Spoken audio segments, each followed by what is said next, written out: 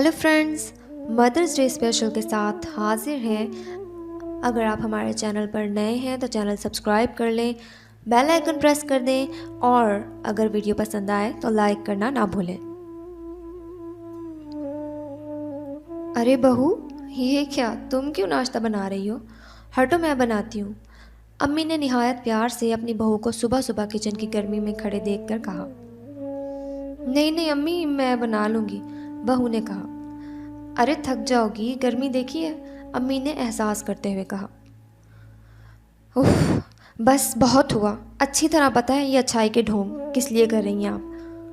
बहू बेगम गुस्से से खौली। बेटा, ये कैसे बात कर रही हो? मैं तो सिर्फ गर्मी देखकर कह रही थी। बेचारी अम्मी एकदम सहम गई। गर्मी देखकर या कंजूसी का शौक पूरा करने के लिए?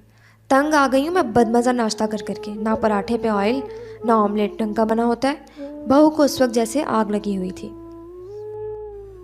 अभी आप जाएं, मैं जब नाश्ता बना लूँगी तो बुला लूँगी आपको। आकर अपना नाश्ता बना लीजिएगा, सर पे मत खड़ी रहें अब, बहू ने हुक्म चलाया।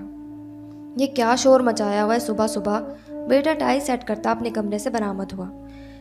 इससे पहले कि अम्मी कोई सफाई पेश करती, बहू शुरू हो चुकी थी। मैं बता रही हूँ आपको, आप अपनी अम्मी को समझा लें। आज के बाद उन्होंने मेरे घर के मामले में टांग अड़ाई तो अच्छा नहीं होगा, बहू ने चिल्लाते हुए कहा।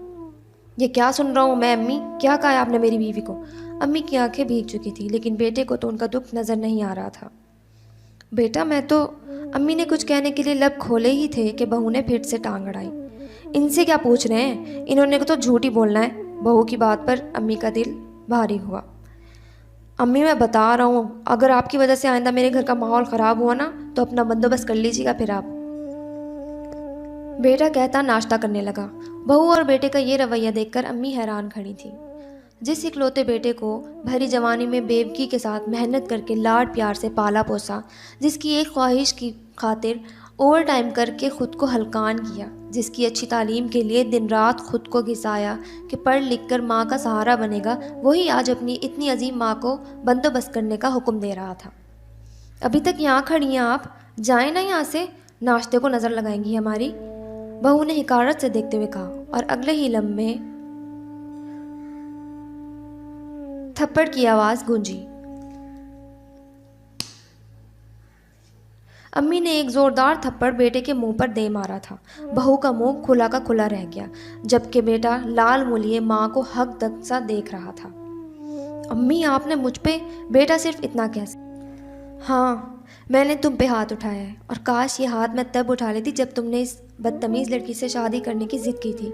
इसके ज़बान को जानते हुए भी मैंने सोचा था कि बच्ची प्यार से समझ जाएगी, लेकिन तुम भी इसी के नक्शे कदम पर चल पड़े। जिस माँ ने तुम्हें किसी का दिल दुखाना नहीं सिखाया, उसी का दिल दुखाने लगे। क्या मैंने तुम्हें सही गलत में फ़र्क करना नहीं सिखाया? यही तरबियत की थी मैंने तुम्हारी। बात जाने बगैर माँ को इतना जलील कर दिया कि वो अपनी ज़िंदगी भर की मेहनत को और थकन को भी भूल गई। क्या कह रहे थे तुम? मैं बंदोबस्त कर लूँ? ये घर मेरा है, मेरी मेहनत की कमाई से बनाया हुआ। अगर तुम लोगों को मुझसे कोई मसला है तो तुम अपना बंदोबस्त कर सकते हो, वो भी अभी इसी वक्त। 1 घंटा है तुम लोगों के पास, सामान बांधो और निकलो मेरे घर से, अम्मी कहते हुए कमरे की जानिब जाने लगी। ये क्या कह रही हैं आप अपने इकलौते बेटे को घर से निकालेंगी? कहाँ जाएंगे हम? बेटा हैरान था। ये कौन होती है हमें निकालने वाली? मैं तो कहती हूँ धक्के देकर निकालो फसाद की जड़ को, बहू गुस्से से गोया हुई। थप्पड़ की आवाज़ फिर से हॉल में गूंजी थी। अब बारी थी बहू बेगम की। आपने मुझे थप्पड़ मारा? बहू ने घूरते हुए शौहर को देखा। हाँ, मैंने मारा, और अपनी आंखें और आवाज़ नीची रखो। तुम्हारी लगाई हुई आग में मैं अपनी जन्नत को खोने जा रहा था। तुमने पहले दिन से मुझे मेरी माँ के खिलाफ भड़काया, और मैं कमज़र्फ ये भी भूल गया कि मेरी माँ ने कितनी कुर्बानियाँ दी हैं मेरे लिए। मुझे तो उसी दिन समझ जाना चाहिए था कि तुम कितनी बदलिहाज और बदतमीज़ लड़की हो जब तुमने बिस्मा से मेरी मंगनी तुड़वाई थी। वो एक सुलझी हुई और बड़ों का अदब करने वाली लड़की थी, बिल्कुल मेरी माँ की तरह। बहू आंखें झुकाए शौहर को गुस्से से चिल्लाते देख रही थी। अभी और इसी वक्त माफ़ी मांगो मेरी अम्मी से, वरना ये दिन आखिरी दिन होगा तुम्हारा यहाँ, और आइंदा मेरी माँ से कभी भूल के भी बदतमीज़ी से बात मत करना। वो धाड़ा था। अम्मी मुझे माफ़ कर दें, मैं इसकी बातों में कैसे आ गया, मुझे माफ़ कर दें प्लीज़ अम्मी। बेटा अम्मी के कदमों में आ गिरा था और रो रो कर अपनी ख़ताओं की माफ़ी मांग रहा था। बहू भी हक तक सी खड़ी देख रही थी। अम्मी ने बेटे का माथा चूम कर सीने से लगा लिया। तुम वहीं खड़ी हो, माफ़ी मांगो। बेटा फिर से दौड़ा था। नहीं बेटा, माफ़ी मांगने की ज़रूरत नहीं है, माफ़ी मांग लो, लेकिन बात को ना समझो तो क्या फ़ायदा। अम्मी ने प्यार से बहू का हाथ थाम लिया था। मेरी सास मुझ पर बहुत जुल्म करती थी, खाने के लिए कुछ नहीं देती थी और सारा दिन घर के कामकाज ही करवाती रहती थी, लेकिन मैंने उफ तक नहीं किया कभी उनके सामने। मैंने तब से ही सोच लिया था कि मैं वैसी सास नहीं बनूंगी, बल्कि माँ बनूंगी, अपनी बहू के लिए भी। मैंने इसलिए कभी तुम्हें कोई घर के कामकाज नहीं करने दिए। हाँ, तुम अपनी मर्ज़ी से कुछ करना चाहो तो कभी रोका भी नहीं। सोचो कल को तुम्हारा बेटा हो और वो भी तुम्हारे साथ अपनी बीवी की वजह से ऐसा सलूक करे तो क्या करोगी। मैंने 6 माह तक रोज़ तुम्हारा यही रवैया सहा है, लेकिन कुछ नहीं कहा। लेकिन 1 माह से बेटे का बदला रवैया मुझसे बर्दाश्त नहीं हुआ। तुम बर्दाश्त कर सकोगी कि तुम्हारा बेटा तुम्हें घर से निकालने की बात करे। मैं तो वो माँ हूँ जिसने ठोकरें खाकर मेहनत करके और अपने बेटे के लिए घर बनाकर अपने नाम रखा, क्योंकि औलाद बेवफा होते पता नहीं चलता।